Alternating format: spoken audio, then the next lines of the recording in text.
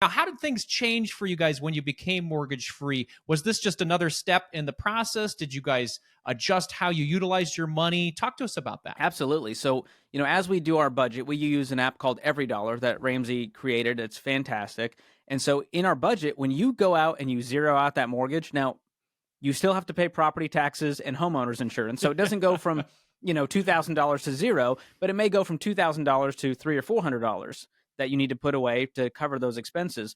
And so you think about, whatever your mortgage payment is, take out principal and interest and see what that does for your budget. You all of a sudden may have $1,500 or $2,000 that you now have freed up to do whatever you want with. And so what we did is we just increased each part of our life. So giving, we increased that. And now we have a separate bless up fund where we get to really just look up and out for opportunities to give spontaneously.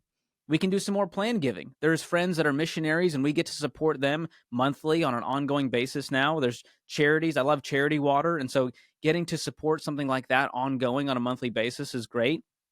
And if there's a need among our friends and family, we can just send them a Venmo, write them an anonymous, send an anonymous cash envelope at their door, write them a check and just go, hey, I know life's tough right now. I hope this helps. And that kind of stuff is really where joy comes from when it comes to money. And then the other side is spending. And so I like to dangle a carrot. I need that drive in my life. And so the carrot was I was driving a 2009 Honda Civic with a bumper hanging off. Dave Ramsey was making fun of me for this, going like, come on, dude, it's time to upgrade. And I went, not until I pay off the house.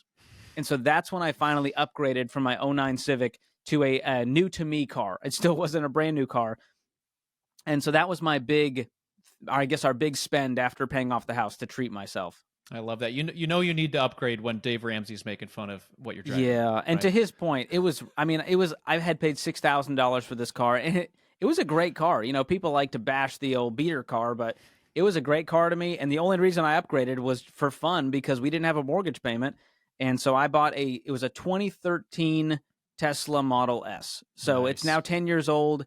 She still drives like a champ. It's my daily driver, and I love it. I love that. Yeah, we did the 10-year plus cars thing for a really long time, and we just upgraded both of our cars, and it was like a leap into future. It was crazy. Like we didn't have Bluetooth, we didn't have backup cameras, we didn't have like all these safety features. Oh, and yeah. So my wife and I get into the car, we're like, what is all this stuff? This is amazing. Overwhelming.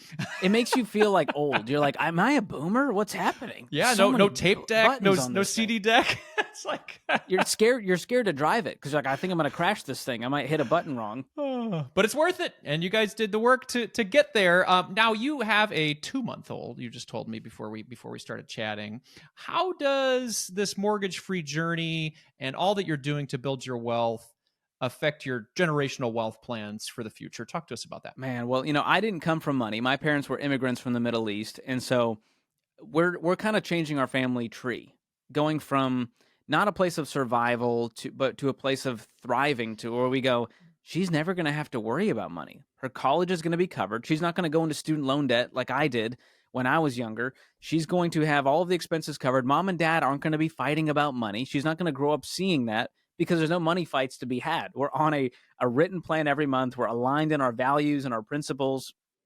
And so that's huge. I'm excited to see her grow up. The biggest problem I have now is helping her, fight against entitlement. Because as you know, when you raise a kid in an environment that doesn't have money stress, the challenge becomes how do we make sure, she still has gratitude and contentment when it comes to stuff and not just feeling like money, please. And so I'm excited to teach her as she grows that money comes from work. Money doesn't just come from mommy and daddy's wallet for allowance. But as Dave said, she's got me wrapped around her finger. And so, if she wants the pony, we're going to have to go, all right, I guess we need a pony fund now.